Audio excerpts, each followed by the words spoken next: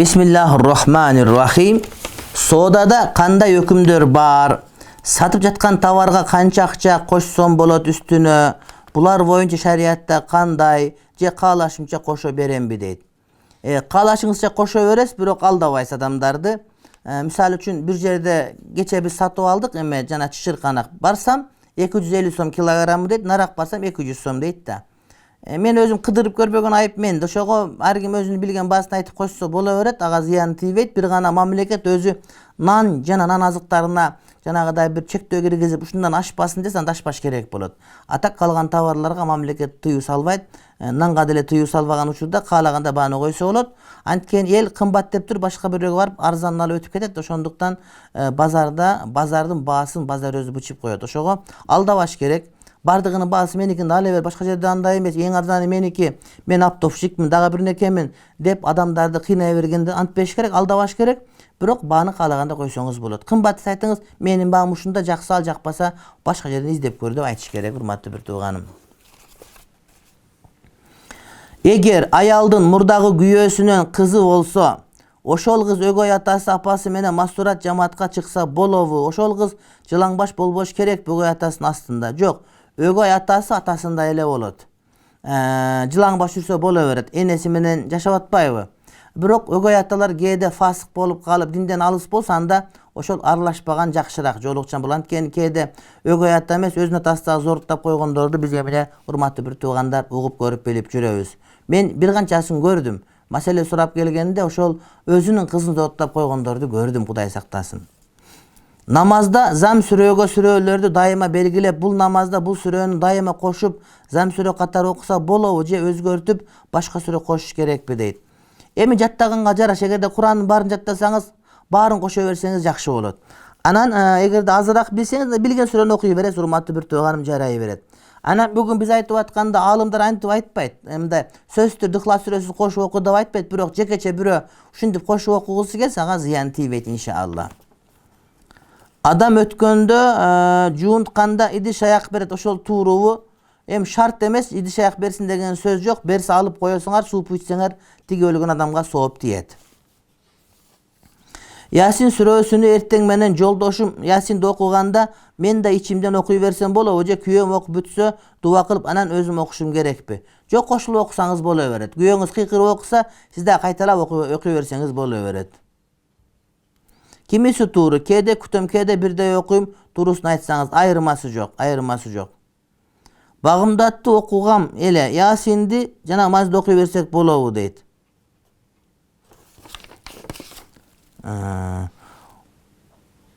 Окугам багымдаттан кийин ооба Ясин окуп, мензил окусаңыз боло берет иншалла. Мензил окусаңыз, Ясин окусаңыз боло берет. Мен өтө илимдүү болууну каалайм.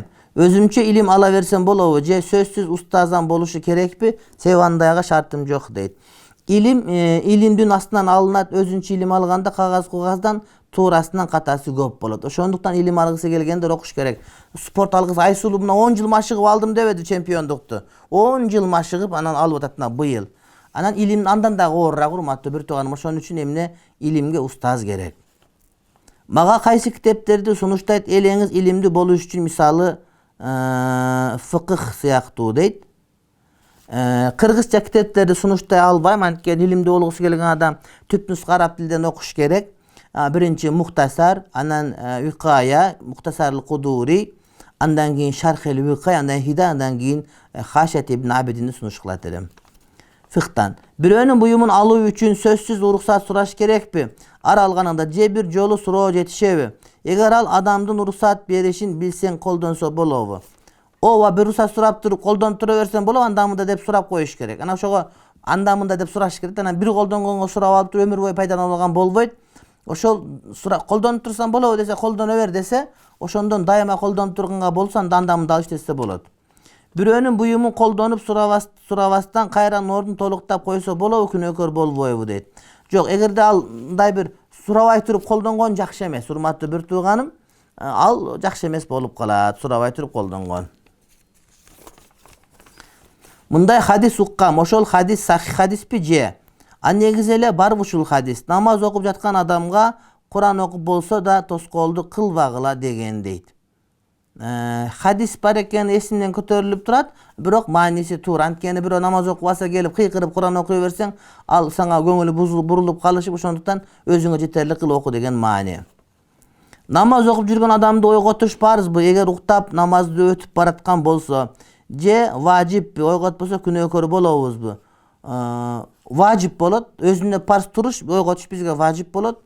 Ойготпой койсок жооп беребиз. Акыркы суроом,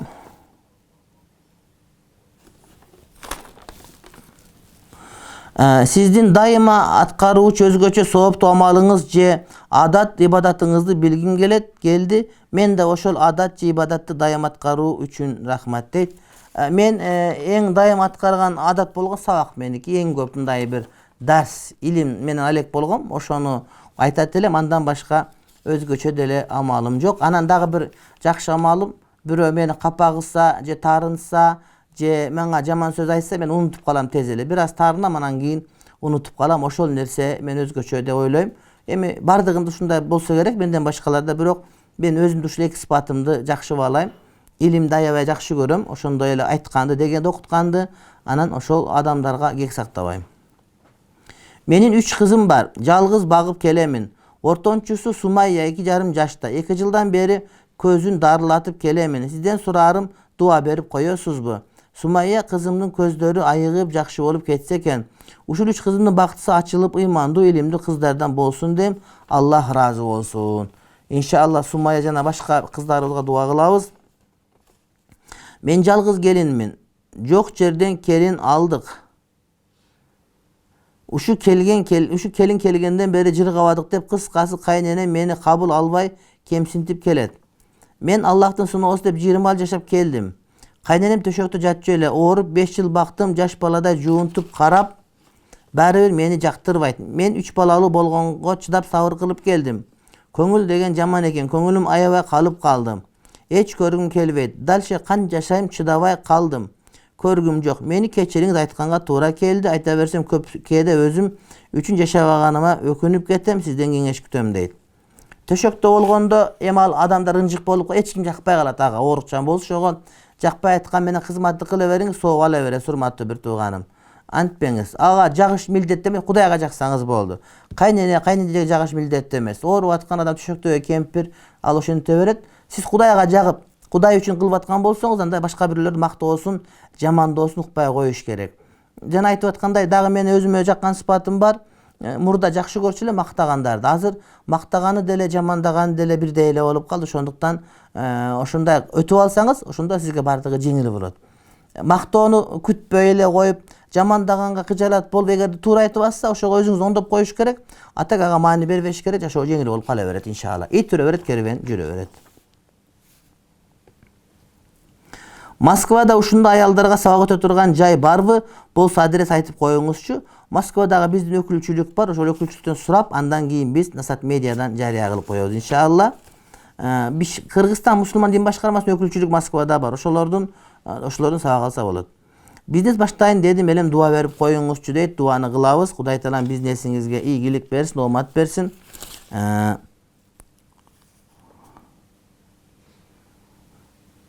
Кыямат кандай болот? Сурна үйлөнөбү же Даджал келеби дейт. Даджал дагы келет, Сурнай дагы үйлөнөт, анан кыямат дагы болот.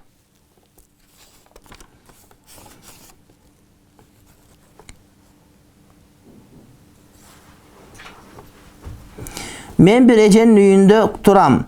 Бирок ал эженин өзү намаз окуйт, бирок ал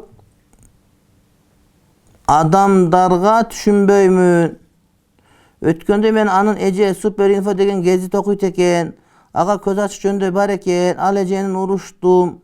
Бирок карай ошол гезитти окуп атат. Ушу айтып бериңизчи. Ал окуса эле көз ачык ишен деген сөз эмес да. Жөн эле башка нерсени окуп аткандыр. Аны ошо көз ачыгын окубай эле коет. Мен деле гезит окум, көз ачыгына маани бербейм. Мен турмушка чыгып, ажырашып кеттим, бирок баары менин жаман көрөт. Анда эмне кылыш керек билбейм. Yaşaş üçün turmuştan ajıraştın da bizdi uyat kıldın deyt. Menin bir tuğandarım. Az söyleşpey kaldık. Hakikat çındık aytkanda jaman köröt. Bir ay oldu söyleşip kaldık deyt. Poçerkaya ve jaman sizdeki. Poçerkaya ve jaman. Ajıraşıp ketkende sabır kılgan jakşı albatta. Birok köptөр mындай özünün oyundagyn түзүп alat da men güýөгө tiýsem erte menen kofe götürüp gelip men töşөгüme dep anандай bolbay kalsa ele ajyraşyp ketkisi gele berişet da. Anan kofe götürüp gelgenler de galar bölekçörek hizmet kılışı mümkün balkim. Kofe içip atkandar da. Oşon üçin mындай bir kırgızlar özübüzgө ыңгайланышкан жашоого көнсөк жакшы эле болот. Биздин de жашоо жакшы аябай. Oşon üçin urmatly bir tuğandar ajıraşıp ketkende mында кичине эле акчасы болбой калса эле мага тыйын бербей атат, мага машина алып бербей койду деп эле анан кийин ажырашып кетип алгандар бар да. Андай болбош керек. Сабыр кылса сабырдуу жетер муратка, сабырсыз калар уятка деген кыргыздын жакшы bir кеби бар дейт.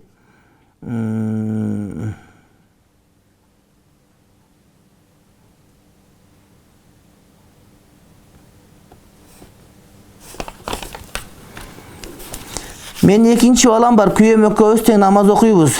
Eki balam var. Birok kaynana kaynaje meni jaktara berbeyt. Menin köngülüm kaldı alardan. Üylörüne köp dele barbayım. Kede çakırıp duram. Al eköne kanday mildetler var suro. Eger jakşı katışpasam күнөөлүү bol. Jok katışa beriş gerek. Zaçem bu tarınıp. Kaynanege tarıngam. Anan kaynana anday mınday, kaynaje mınday dep şunte bergen. Anın törөгөн balası jakşanan öz jaman bolup kalabı. Esiңерден чыгарбагыл. Эгерде ошо үйдө бактылуу болгусу келсе анда сөзсүз түрдө кайненеге кошомат кылыш керек, аны менен жакшы мамиледе болуш керек. Анан кайнене менен жакшы мамиледе ыркылашып турсаң, анда күйөөң менен дагы маселең барып болуп туруп бүтүп калышы мүмкүн. Ошон үчүн эркектер үчүн эң кымбат эне. Ошондуктан энеге кошомат кылып, энесин жакшы карай турган болсо, жаман болсо деле энеси. Анан үйдө ынтымак болот, үйдө бакыт болот деген сөз болот. Эгер бактылуу болгонду кааласаңыз, анда апаңызга жакшылык кылыңыз дейт элем. Бул боюнча көп айткам, аябай көп айткам. Балдарым да сизде алым болушун каалайм. Кайсыл мектепке берсем болот дейт. Дини мектептер бар, медреселер бар. Окутсаңыз болот. Наима мектеби бар, андан сырткары Тайба мектеби бар, бир канча мектептер бар. Анан барып отуруп медреселерге бересиз. Хижап кийгим келет, эч эле кие албай жатам, эмне кылсам болот? Дароо жолуга алып туруп башыңызга оросоңуз хижап болот. Аны сөзсүз түрдө бирап келип церемония менен салыш керек эмес. Базарга барсаңыз, Кудайга шүгүр, Мадина деген базар бар. Ошол жерден чыксаңыз, 2 остановкадан кийин толтура кездеме. 1 метрге 1 метр алсаңыз, 18 сом 50 тыйын болот. Алып туруп башыңызга жабасыз, кулактар жабылыш керек, моюн жабыш жоолук болот. Этек тең узун болсо менен хижап кийген болосуз. Сөзсүз түрдө ага бөлөкчө кийиш шарт эмес. Кийиш керек, хижап парз, жоолук парз. Мен жолдошум менен ажырашып атам бүгүн. Boyumda var. Ben ajırашпай бала 3 жаш айыл десем, жолдошум көнбөй койду, жашабайм деп эмне кылсам болот? Неге жашабай койду күйөөң? Неге ошентип атат? Ошону сураш керек да. Балким тамак пышпайт, балким үй таза эмес, балким кээ бир аялдар мисалы үчүн мурундарын жакшы жуубайт, тиштерин жакшы жуубай коюшу мүмкүн, эркектерде болуп элечи мисалы үчүн. Төшөктөр таза эмес болушу мүмкүн. Ап келген тамак аштын бардыгын бир күндө бышырып жеп коюп, анан отура бериши мүмкүн. Жаман үй жайытын бир күндө түгөтөт болуп. Кандай же кайнене менен батышпай аткан болушу мүмкүн, же сүйлөй бериши мүмкүн. Ошол убакта токтоп калыш керек. Сүйлөйт десе эле сүйлөй бербеш керек, тилин бар деп эле. Байкамаксан, билмексен, көрмөксөн болуп калса, көп нерсе бактылуу болот. Assalamu alaikum ustaz. Men sizni жақшы таны елек болчум. Siz жөнүндө сүйлөп койгом. Аллах ыраазычылыгы үчүн кечирип коюңуз дейт. Мен кечирдим, кечтим. Менин сизге суроом. Ustaz, менин жүрөгүм дөйүгөн суроо. Жолдошум экөөбүз 15 жылдан бери чогуу жашайбыз. 5 балабыз бар. Альхамдулилля. Баары жетиштүү. Турмушубуз жакшы, жашап келдик. 1 жылдан ашык убакыттан бери жолдошум өзгөрүлүп, үйдөн чыгып кетип, түнү келе баштады. Артынан такси менен аңдысам, bir ayal менен суточный мейманканада эс алышты. Ал аялды сураштырып, сүрөтүнөн соц тармактардан таптым. Өзүнөн 5 жашылуу үй бүлөлүү айым экен. Үй бүлөлүү айым экен.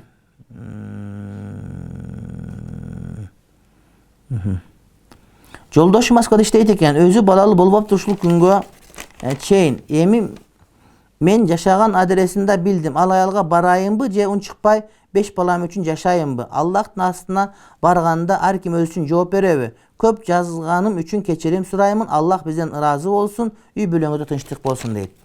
Бир тууганым, караңызчы. Караңыз мынакей, жакшы жашайбыз деп, бирок намаз окуйбуз деген сөз жок да. Дин болуш керек үйдө. Ошон үчүн мен айтат элем, күйөөңүзгө барып ызы чыгылгандан андан эч кандай пайда чыкпайт. Ошондуктан биринчи өзүңүз намазга түшүңүз, жана күйөөңүз дааватка чык деп, ошого мажбурлаңыз. Дааватка динге келсе, бардык ордунда калып кетет. Билмексен болуңуз, көрмөксөн болуңуз. Үйгө келип атабы, келсе эсепсиздики. Анан айтсаңыз, андан кыз учуу башталат. Ошондуктан анын арам экендигин туюш үчүн күйөөңүздү дааватка чыгып кел, жакшы болот экен, менди алып чык деп, намаз окуйбуз деп, намазга буруңуз, сабактарга жибериңиз. Анан бардык ордуна келет. Дин жок болгондуктан ошондой иштер боло берет, урматтуу бир тууган. Бул арам, тигиники дагы арам. Албетте, сиздин аңдыганыңыз дагы арам, аңдыш керек эмес эле. Ошон үчүн тооба кылыңыз да, намаз окуп баштаңыз, дуа кылыңыз. Күйөөңүз намазга келгидей болсун, намазга динге келип калса, бардык өзүнөн өзү жок болуп кетет. Тигил аялга аңдып баргандын кереги жок, байланышкандын кереги жок. Бир тууганым. Жашым 20-да, окуума байланыштуу турмушка чыкпай жүргөнүм күнөө болбойбу? Ата-энем да чык деп шаштырган жок дейт. 20 болсо окууну бүткөндөн кийин турмушка чыгып же бүтөйүн деп калганда. Анан көп кыздар турмушка шашып чыгып алып, окуу бүтпөй калган учурлар кезет. Ошондуктан мен окууну бүтүп алсаңыз жакшы болот дейт элем. Эжем олимпиадага жакында учат, анан эжеме биринчи орун алып келсин деп дуа кылып коюңузчу дейт. Дуа кылабыз иншалла. Олимпиададан биринчи орунду алып келсин деп. Эже сиңдилерге сабакка кечикпей келишсин деп айтып коюңузчу. Кечиккендерди карап сабактан алаксып жакшы түшүнбөй калабыз. Мусулман эч качан кечикпеш керек эмеспи? Урматтуу эже карындаштар, сабакка кечикпей келгенге аракет кылыңыздар. Мен ойлоп атам, кийинки жумадан баштап саат 10:30 коебуз да, ошондо мен ойлойм жакшыраак болот. Анткени саат 7-де эле эми мындай күн чыгып атпайбы, ошон үчүн саат 10:30 башталат. Сабакка кеч калбай келиңиздер, аракет кылыңыздар. Анткени биздин лекция баяныбыз аялдарга деген 40 мүнөт, 50 мүнөт, кээде 1 саатка чейин болуп калат. Анан эң кызык сабактан куржала калып калбагыла. Эгерде убакыт аз болсо келип суроого качпай кетсеңиздер жакшы болот да. Ошон үчүн эмдиги сабактан баштап 10:30 кеч калбай келиңиздер. Анткени чындап эле өтө зарыл маселе, урматтуу бир туугандар, кээде угулбай калып кетет. Анткени сабактар өтө зарыл. Мисалы үчүн кийинки сабактарда дагы Кудайым жакшы көргөн амалдарды окуп үйрөнөбүз. Анын бардыгы бизге сөзсүз түрдө керек болот. Ва алейкумуссалам дейт. Ва алейкумуссалам. Өзү суроо жазганда ассаламу алейкум болот, анан ва алейкумуссалам ага жооп болот да. Хадис аяттарда айтылганда жашап амал кылганга аракет кылам. Кээ бири такыба деп мактаса, кээ бири берилген деп жаман көрөт. Бирок намазды эч ыйлай албайм. Кемчилигим эмне экенин мүнөздөп беришимди суранам дейт. Мактаганына дагы жамандаган дагы бирдей болуп калганда, ошондо иншалла такыбалыктардын катарына кирген болуп калат. Иншалла окуй бериңиз. Намаздын астында Кудайды улуктап, Кудайдын улугу экендигин, жалгыз жаратуучу экендигин эске алып, ниет түздөй турган болсок, иншалла көз жаш дагы келет. Кээде ошол көз жашты келтиргенге аракет кылсаңыз, барып өзү келе турган болот. Анткени намаз ыйлай турган болсо, албетте бул жакшы маселе иншалла. Анан кемчилик кандай экендигин Кудайым билет, биз айта албайбыз да, бирок ошол Куран аяттарга, хадис аяттарга амал кылам дегенде адамдар кээде туура эмес жолго түшүп алышы мүмкүн. Анткени туура эмес түшүнүп алып. Ошондуктан мына шарият, фыкh боюнча ибадаттарды ошол боюнча аткарам, алымдар айтып берген жол менен жүрөм десеңиз, ошондо туурараак. Анткени аят менен хадисти бардыгы эле туура түшүнө албай калат. Ошондуктан фыкh деген илим бар, ошол илим боюнча жашасак, анда ошол биз көбүрөөк туурараак ошол хадис аяттарга амал кылган болуп эсептелебиз. Жамаат менен дуа кылып коюңузчу. Сураныч. Менин тагдырым ушундайбы билбейм, дайым турмушка чыгаарда ошол учур жакындаганда болбой калат. Суроо. Эгер ошол бала мурунку аялы менен өз каалоосу менен ажырашкан болсо, мен турмуш бузган боломбу? Жок, эмнеге? Жашоо болбой калса сизге келсе эмнеге бузган болот элеңиз? Апасы макул болбой жатат экен, биринчи аялың менен жашайсың деп. Азыркы учурда бир аял менен жашаган жакшы албетте, бирок ал намаз окубайт, буйруса окуйм дейт же динди түшүнгөн адамга экинчи аял болгон жакшыбы? Эми ошол экинчи аял болгон, албетте бул дагы мындай эмеден чыгуу проблемадан, бирок кимге деген маселе да. Көп эркектердин өңү баш жакшы, булчуңдары чыккан, шымдарды жакшы кылып кет, машинеси бар, анан кыйын болуп үйлөнөт, үйлөнгөндөн кийин байбиче билип калганда 2 күндөн кийин талак берип кетип калат. Жүрөктөрү жумшак, мүнөздөр аялдыкындай болуп калган эркектер көбөйүп кеткен. Ошон үчүн аны жакшы билип сурамжылаш керек. Ушул эгерде мен экинчи аял алам деп атат, ушул эптей алабы жокпу деп анын тааныш-тунуштардан сурап тактап, анан үйлөнүш керек болот, турмушка чыгыш керек болот. Анан алдаган сөзгө ишенип албаш керек. Мен ушинтем мынтем деп айта берет, жок андай эмес. Анын биринчи шарты ошол сиздин үйүңүздөн алып кетсин барып. Анан бекине үйлөнө берелик, анан кийин көрөбүз десе, анда ага ишенбеш керек. Алар көбүнчө эле ошол коркок адамдардын катарын толуктай турган болуп калат. Асыр убагында Куран окуса болбойт, ошол туурабы? Туура эмес, окуса боло берет. Көчөдө басып баратып, наушникте Куран окуса болобу? Болот, жарай берет. Убактым текке көп кетет, мага насаатыңызды айтып коюңузчу. Убактыңыз текке кетирбеңиз. Дайыма пайдалуу жумшаңыз. Эң жакшы күндөлүк түзүңүз. Эртең эмне иш кылам дегенди кагазга жазып алып аткарсаңыз, убактыңыз иншалла үнөмдүү болот.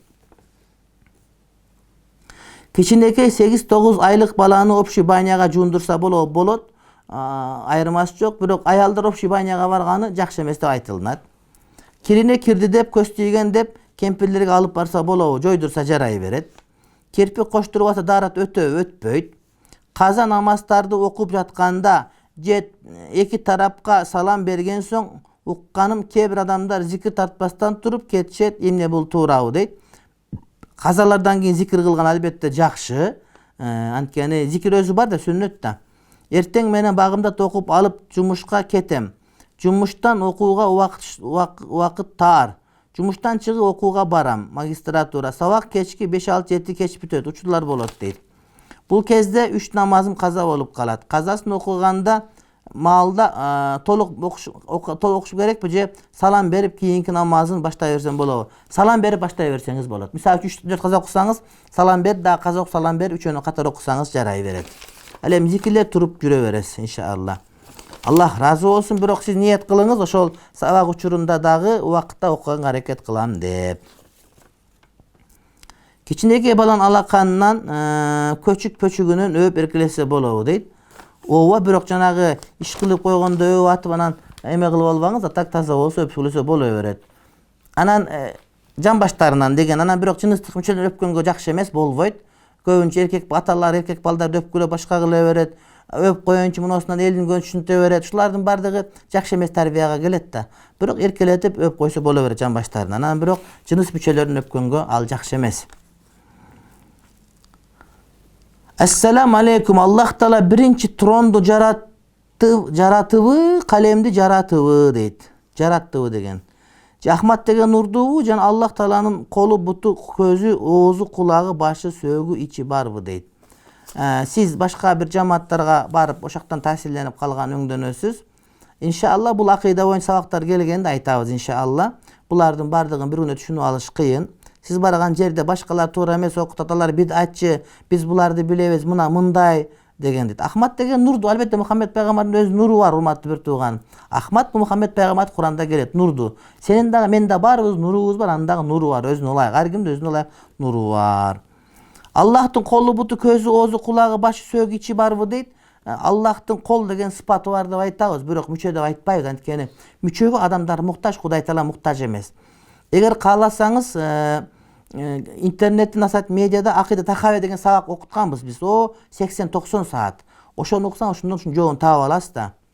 Анан бул жерде караң, жаратыбы деп бир тыйга алып кеткен, суроо белгилери жок, нурдубу дегенде бир уу жок. Анан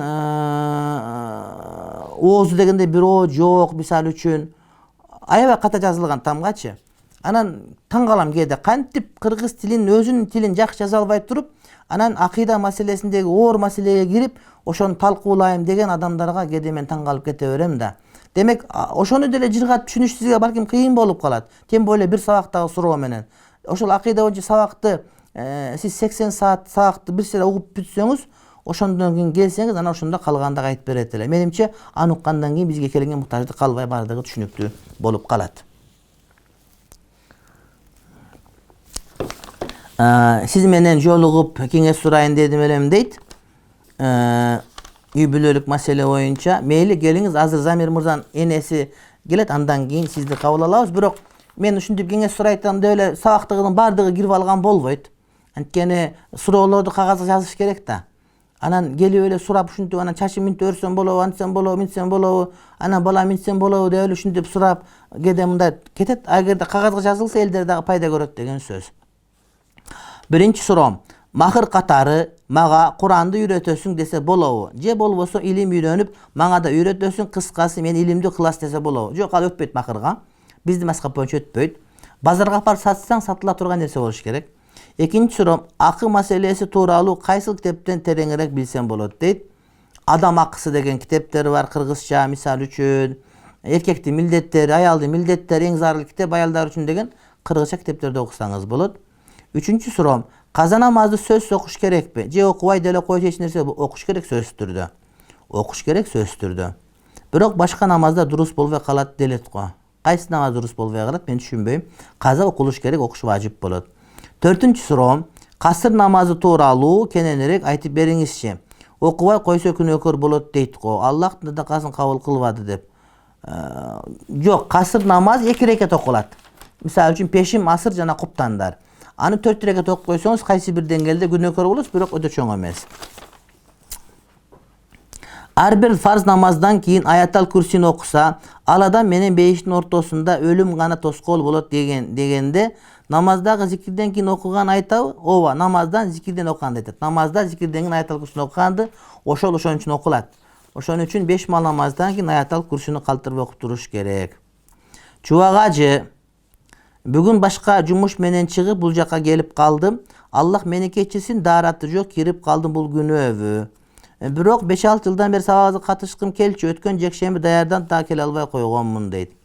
Даарат жок келсе жарайт, бирок даарат менен келген жакшыраак мүмкүнчүлүк болушунча, ошон үчүн биз аялдарга үстүнө чыккыла, асты мечитте жанагыдай үзүрлүү аялдар отурган киргенге болбойт деп айтабыз. Ошон үчүн дароо үстүнө чыкканга аракет кылыш керек. Үстү деген ошол ал жөн аудитория. Ошол жака эгерде даарат алганга мүмкүн болбогон үзүрлүү аялдар болсо чыкса жарай берет.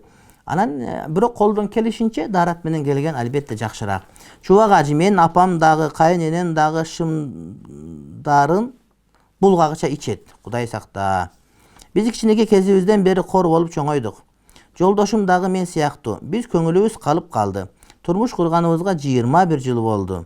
Апаларыбызга жакшы айтып да, жаман айтып да жакпадык.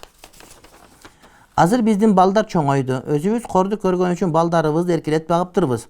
Алар биздин апаларыбызды түшүнбөй биз менен урушушат. Азыркы учурда кайын баса албай жатса да арак алдырып ичет да шымын булгайт. Ооруп калып ушундай кылса боорум ооруйт эле. Чоң кишиники өтө сасык болот, аябай жийиркенем. Кандай себеп бересиз? Көңүлүм калып калган. Жолдошума боорум ооруп араң чыдайм. Кайын сиңдилердин апасын жуунтуп бермек тургай сурап коюшпайт. Алар дагы көңүлү калып калган дейт.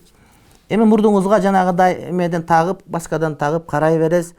Бул ошондой. Эми Алланын сыноосу. Балким ошонун себебине сизге Кудай Таалам жакшылык, ден соолук, ыйман берип атат. Ошондуктан жолдоштун урматы, мен сизге ыраазылык билдирем. Убактылуу нерсе бар да, өтүп кетсе бир күнчөлүк билинбей калат. Эми төшөктү булгап койшумун булгап койсо жууп бере бересиз. Чоңдуку кыйын, ооба. Бирок эмне кылабыз? Эми тагдыр, сыноо. Сыноого жооп бергенге, сыноону көтөргөнгө жараша Кудай Таалам бизге иншалла жакшылыктарын берет. Мен айтат элем, сабыр кылыңыз деп, Кудайым жакшылык берсин. Кош келипсиз, урматтуу бир туугандар. Сабакка келгенде дайым эле өзүбүз келе бербестен, жаныбызда коңшуларды, курбуларды, абысындарды, эже-сиңди жетелеп келсек, ошолор түз жолго түшүп калса, ошого сиз дагы себеп болуп каласыз. Ошого сиз дагы эмне себеп болуп каласыз дейт. Бул жерде 0709 90 92 90 деген жубайы менен келген экен. Бул кишини да кабыл алабыз, 3-чү кылып иншалла акырында. Андан кийинки суроо: атамдын 2-нчи аялын 1-нчи күйөөнүн баласы мага махрам болобу? Жок, махрам болбойт. Атаңыздын 2-нчи аялынын 1-нчи күйөөсүнүн баласы сизге махрам болбойт. Экөөңөр үйлөнсөңөр болот деген сөз. Апамдын намаз окуп шарият жолунда жашашына дуа кылып коесузбу? Албетте дуа кылабыз. Кудайым оомат берсин, жакшылык берсин. Мен кыргызча жакшы түшүнбөм. Elimde orus tilinde kayсы alımdın videosun korsam bolot bizdin mazhapta deyt. Hanafi mazhapta orus tilinde süylөгөн Numan bile? Numan Ali. Alihan. Numan Alihan degen bar. Numan Alihan. Oşonun Arkam TV degen bar eкен. Arkam TV degende Numan Alihan degen leksiyalarını okusanız orus tilinde inşallah jakşı bolat. Amin. Bismillahirrahmanirrahim. Rabbana atina fid dunya hasana ve fil ahireti hasana ve qina azabennar. Sabaka gelgen eje karındaşlarыбыздын barыбыздын проблемабыз бар. Кудайым ошол биздин мүшкүлдөрдүн баардыгын Кудай Таалам өзү чечип, жакшыга жеткип, жамандан алыс кылсын. Tileklerdi Kudayım tegiz kabul kılsın. Kudayım mına sizler basıp gelip atkan yol gün çıktı. Asfalt bolup kalsın. Taş yol menen jakşı basıp gelgende Kuday Taalam nasip kılsın. Oşonu бүтүрө турган азаматтардын тилектерин Кудайым кабыл кылсын. Сабакка келдиңер. Бул жакшы амал. Адамдар уктап атканда, эс алып атканда келип атасыңар, көзүңөрдү жыртып, Кудай Таалам ушул жакшы амалдарды ортого коюп сурайбыз. Тилеген тилектерибиздин баардыгын Кудай Таалам жакшы кылып кабыл кылсын. Kudayım şermende kılbasın. İmanға barыбызды бактылуу kılsın. Rabbana atina fid dunya hasana ve fil ahireti hasana ve qina azabennar. Amin amin amin. Bir rahmetka erhamer rahimin. Bul jerde orup atkan olimpiada kaça turgan bir tuğanыбыз olimpiadaga barıp aman esen orun alıp gelsin. Andan beri kızım Sumeyye göz orup turat deyt. Sumeyye'ga jana başka bardık orup atkandara Kuday Taalam şifayı acil versin. Bardık kıynalgandardın munajat muhtaçlarını Kuday Taalam özü keçken bolsun. Bir rahmetike erhamer rahimin. Esselamu aleykum ve rahmetullah berekatuh. Keyinki cumada 10 jarından baştalat. Sabaka geçikpe geliňizdir soranabız. Jana janыңardağı eje singиңерди bir tuğanыңарды ala geliňер dagı soranabız, soranıç.